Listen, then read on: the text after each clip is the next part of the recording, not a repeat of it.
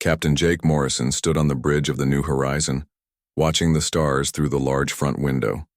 The ship moved slowly through space, its engines making a soft, humming sound. Jake was a tall man with brown hair and calm blue eyes. He had been exploring space for 10 years now, but he still loved seeing new places. "Captain, we are getting close to the planet," said Lisa Grant from her pilot seat. She was a young woman with short red hair and quick hands that moved over the controls like she was playing music. "The scans show it might be good for humans to live on." Jake nodded and walked over to look at her screen. The planet below them was blue and green, with white clouds moving across its surface. It looked peaceful and beautiful. "Take us down to get a closer look," he said. Kevin Blake looked up from his workstation where he was checking the ship's systems. He was a big man with dark skin and strong hands that could fix anything. "All systems are working fine, Captain. The engines are running smooth and the shields are at full power." In the back of the bridge, Amy Carter was looking at her science equipment. She had long blonde hair and wore thick glasses that made her look very smart. She studied alien life forms and was always excited to find new things. "The air on this planet looks safe for us to breathe," she said with a smile. "There might even be some simple life forms down there." Jake was about to give the order to go down to the planet when Lisa suddenly sat up straight in her chair. "Captain, I am seeing something on the long-distance scanner. There are ships coming toward us. Big ships." Jake moved quickly to her side and looked at the screen. Red dots were moving toward them from the edge of the star system. There were many of them, and they were moving fast. "How many ships?" he asked. 20, maybe 30, Lisa said, her voice getting worried. "They are big, Captain. Much bigger than us." Kevin stood up from his seat and moved to another control panel. His fingers pressed buttons quickly as he tried to learn more about the strange ships. "They are not human ships," he said. "The design is completely different. And, Captain, they have a lot of weapons." Amy turned away from her science station and looked scared. She had never been in a fight in space before. "What do we do?" she asked in a quiet voice. Jake felt his heart beating faster, but he kept his voice calm. He had been in dangerous situations before and knew that staying calm was the most important thing. "Lisa, stop our movement toward the planet. Kevin, put our shields up but do not charge weapons yet. We do not want to start a fight." The alien ships got closer very quickly. Soon they could see them without using the scanner. They were dark gray and had sharp points like the teeth of a dangerous animal. Strange lights moved along their sides, and they made no sound as they moved through space. "Captain, they are trying to talk to us," Lisa said, pointing to her communication controls. "Put it on the main speaker," Jake said. A harsh voice filled the bridge. The words were strange at first, but the ship's computer quickly changed them to English. "Small human ship, you have entered space that belongs to the great Zephyrian Empire. I am War Commander Vextal of the Imperial Fleet. You will stop your ship and prepare to be taken." Jake looked at his crew. Lisa looked ready to fly the ship away very fast. Kevin had his hands over the weapon controls. Amy was holding her chair tightly with white fingers. Jake took a deep breath and pressed the button to talk back. "This is Captain Jake Morrison of the Earthship New Horizon. We are on a peaceful exploration mission. We did not know this space belonged to anyone. We mean no harm and we can leave, if you want." There was a long, quiet moment. Then the alien voice came back, sounding angry. "You dare to speak to me as an equal? You are from a weak race that has barely left your own star. You will kneel before the power of the Zephyrian Empire and beg for your lives." Jake felt anger rise in his chest, but he pushed it down. Getting angry would not help his crew. "We are peaceful people, but we do not kneel to anyone. If you want us to leave your space, we will go. But we will not beg." Kevin whispered to Jake, "Captain, their weapons are charging. All of them." Through the front window, they could see the alien ships forming a circle around the New Horizon. Bright lights were growing stronger on the front of each ship. The lights pulsed like angry heartbeats. War Commander Vextal's voice came again, and this time it sounded like he was smiling a mean smile. "You refuse to kneel. Then you will die. But first, You will see the power that has destroyed 1,000 worlds. Prepare to face the quantum disruptor cannon, the weapon that tears apart the very atoms of matter. Amy made a small, scared sound. Kevin's hands moved to the emergency controls. Lisa looked at Jake, waiting for orders to try to run away. But Jake just stood there looking out at the alien ships. Something deep in his mind was telling him not to be afraid, though he did not understand why. He had heard stories about human ships that had survived things they should not have survived. Old stories that most people thought were just tales, to make space travel seem less scary. The largest alien ship moved closer. A huge weapon on its front began to glow with bright white light. The light grew brighter and brighter until it hurt to look at. "All crew, hold on to something," Jake said, in a steady voice. "This is going to be interesting." The bright white light on the alien ship grew so strong that it made the whole bridge of the New Horizon glow like daylight. Amy put her hands over her eyes and turned away from the window. Kevin held onto his control panel with both hands. Lisa gripped the pilot control so tight her hands hurt. War Commander Vexital's voice came over the speaker one more time. "Look upon your death, humans.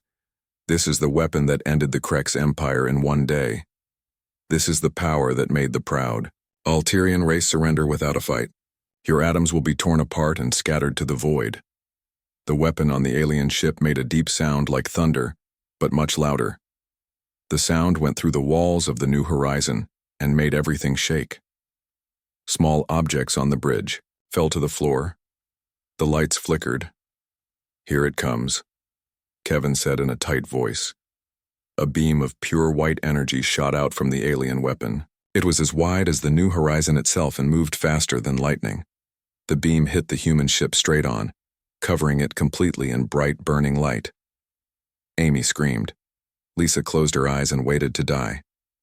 Kevin pressed the emergency button that would send a message back to Earth, hoping someone would know what happened to them.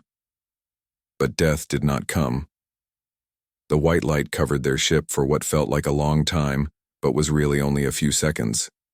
Then the light faded away and everything became quiet. Amy slowly opened her eyes. Kevin looked around in confusion. Lisa checked her controls with shaking hands.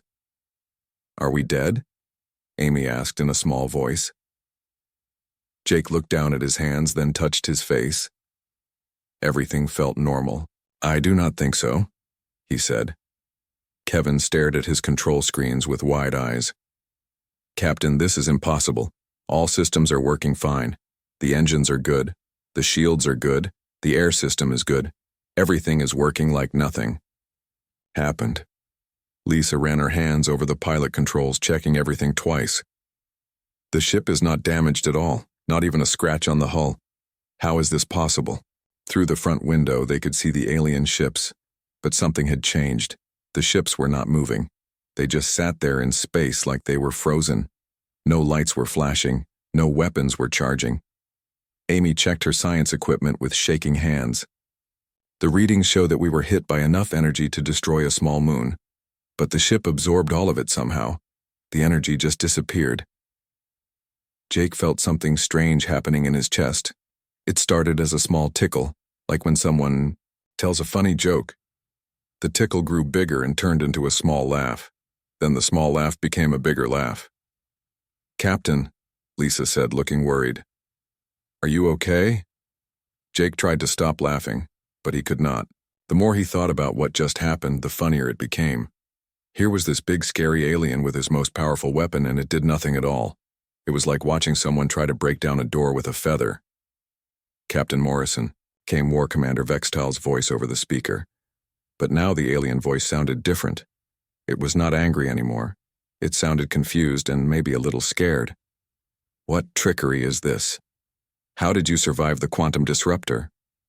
Jake laughed, even harder. He sat down in his captain's chair and held his stomach because it hurt from laughing so much. "I am sorry," he said between laughs. "I do not mean to be rude, but did you really think that would work?" "Work?" Vexital's voice was getting higher. "That weapon has never failed. It destroys everything it touches. Stars tremble before its power." "Well," Jake said, still chuckling, "it tickled a little bit." Kevin looked at his captain like he had gone crazy. "Sir, should we run away now?" But Jake shook his head. "No, Kevin. I think we are safer than they are." He pressed the communication button again. "War Commander, would you like to try again? Maybe your weapon was not charged all the way."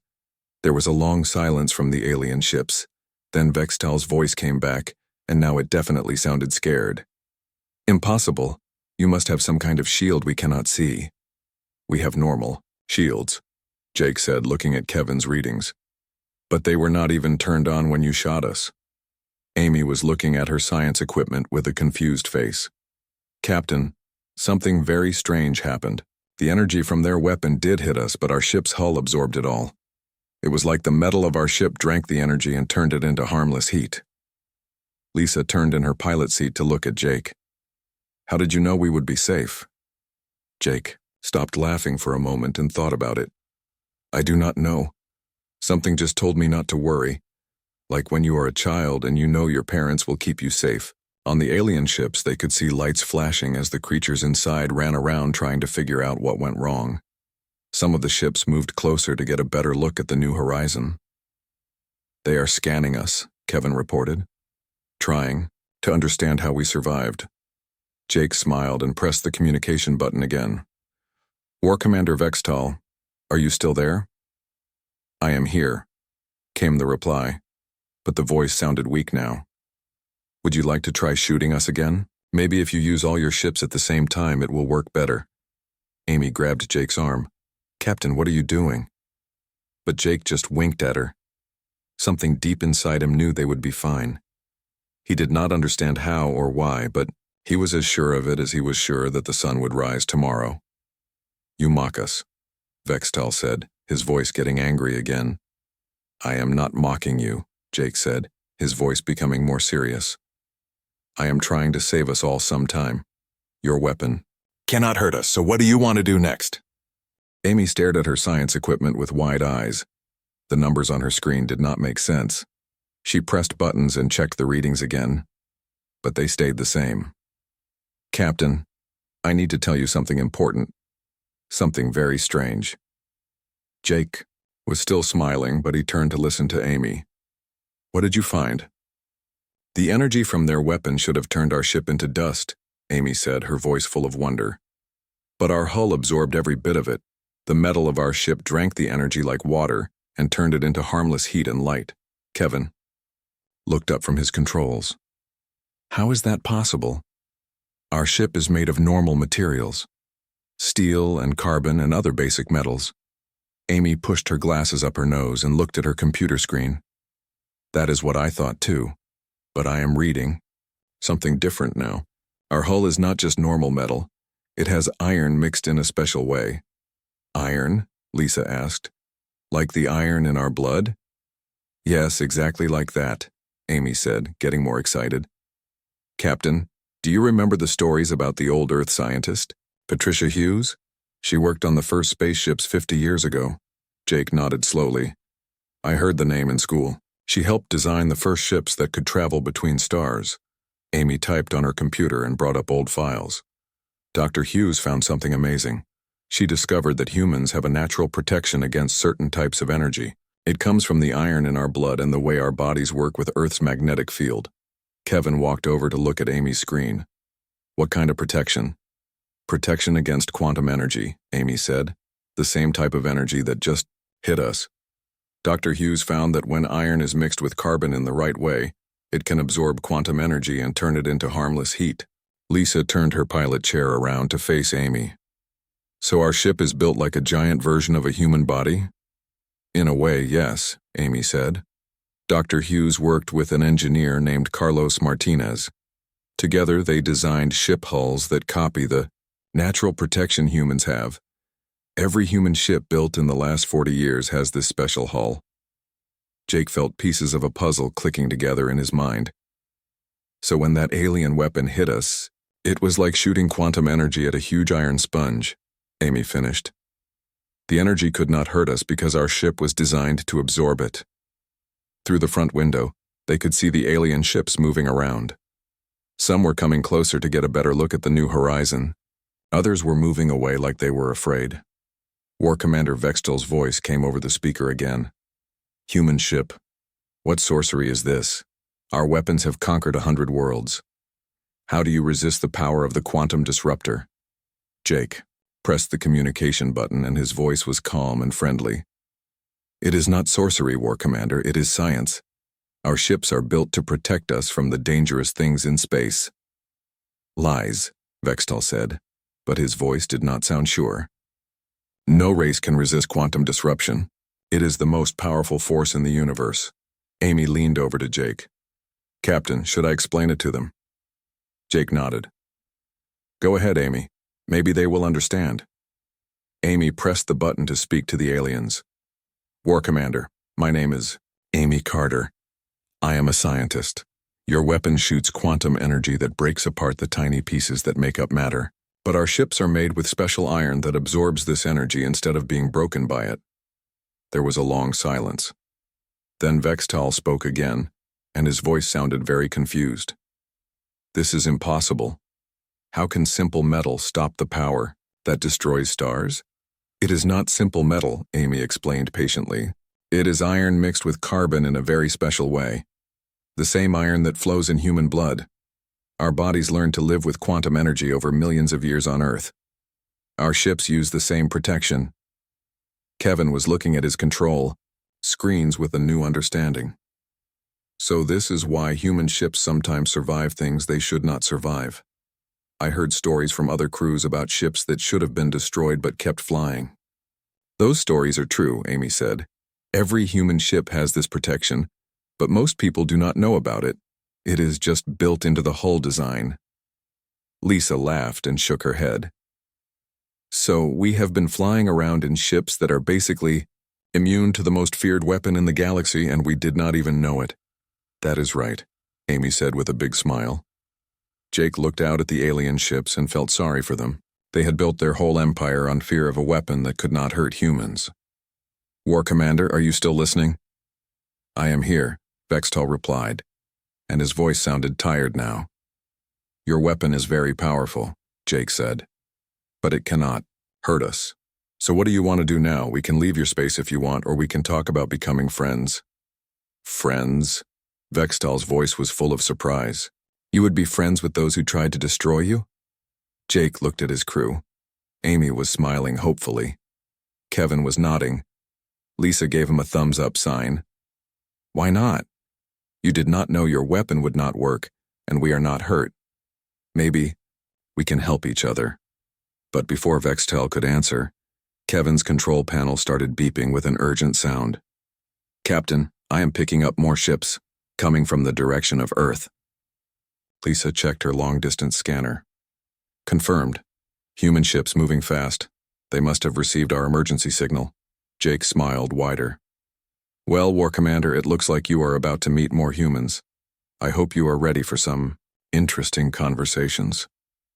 Through the communication system, they could hear confused voices speaking in the alien language. The Zephyrian ships were clearly not sure what to do next. The new human ships came out of faster-than-light travel with bright flashes of blue light. There were 6 of them, all bigger than the New Horizon.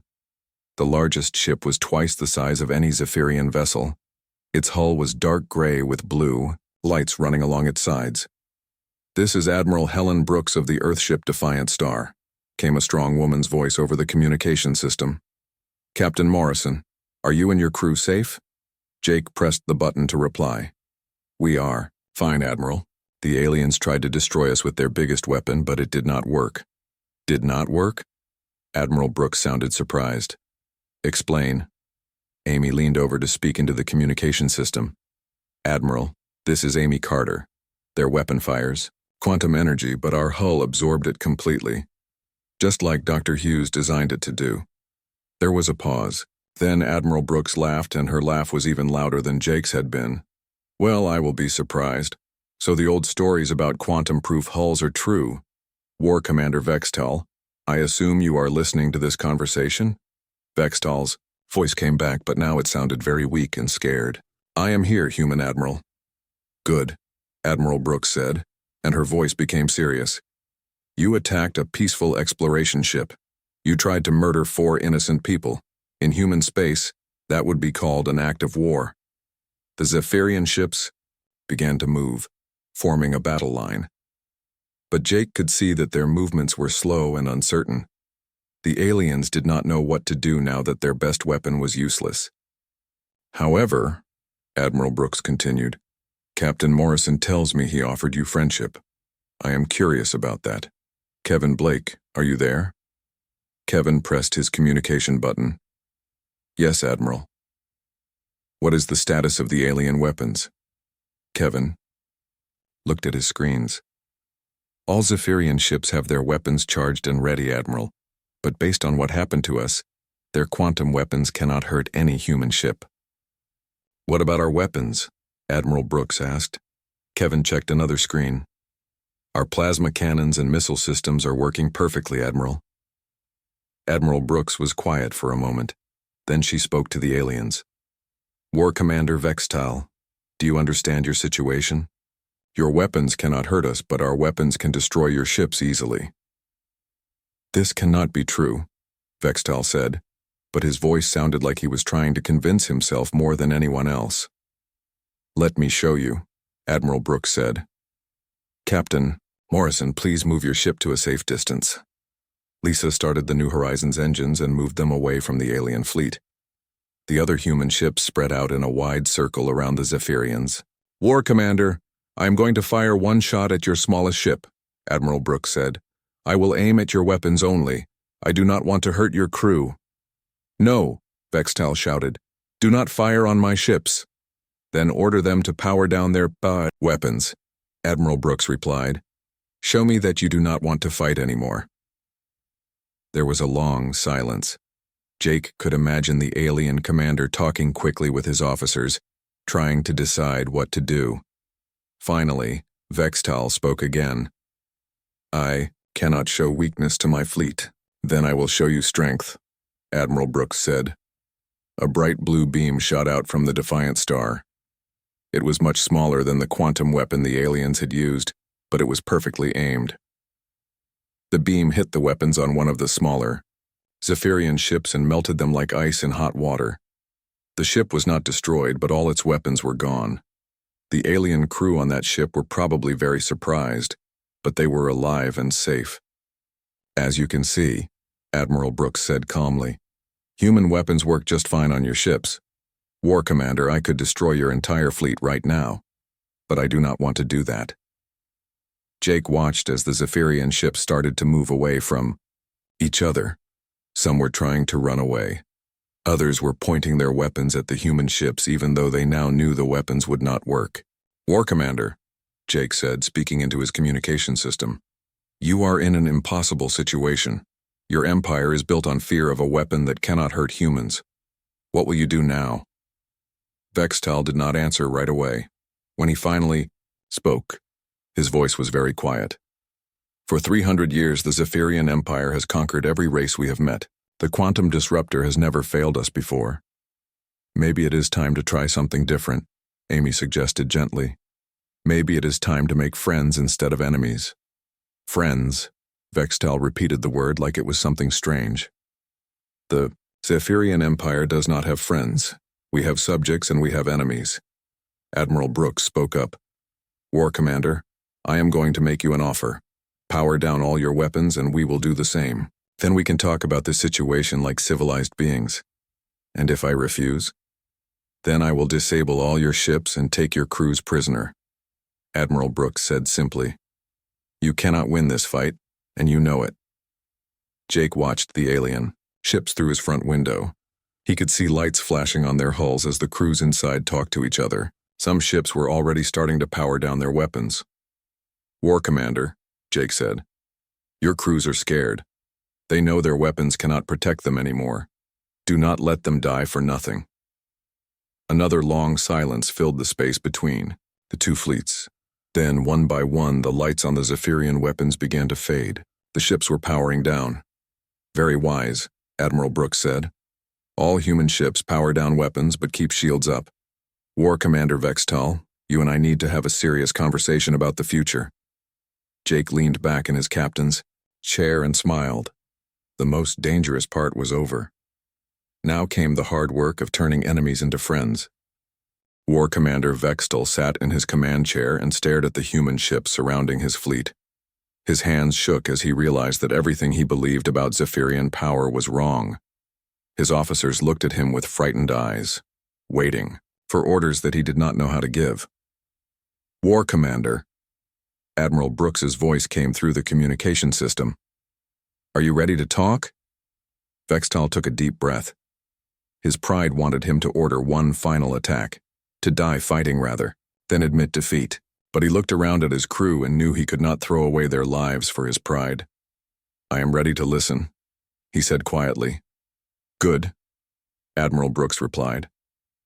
Captain Morrison, since this started with your ship, would you like to begin the conversation?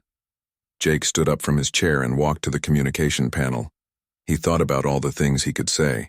He could talk about how the aliens had tried to kill them. He could demand that they surrender completely. But looking out at the alien ships, he felt sorry for them instead of angry. War Commander, Jake said in a gentle voice, I want you to know that we do not hate you. You did what you thought was right to protect your people. You do not hate us? Vextal sounded confused. We tried to destroy you.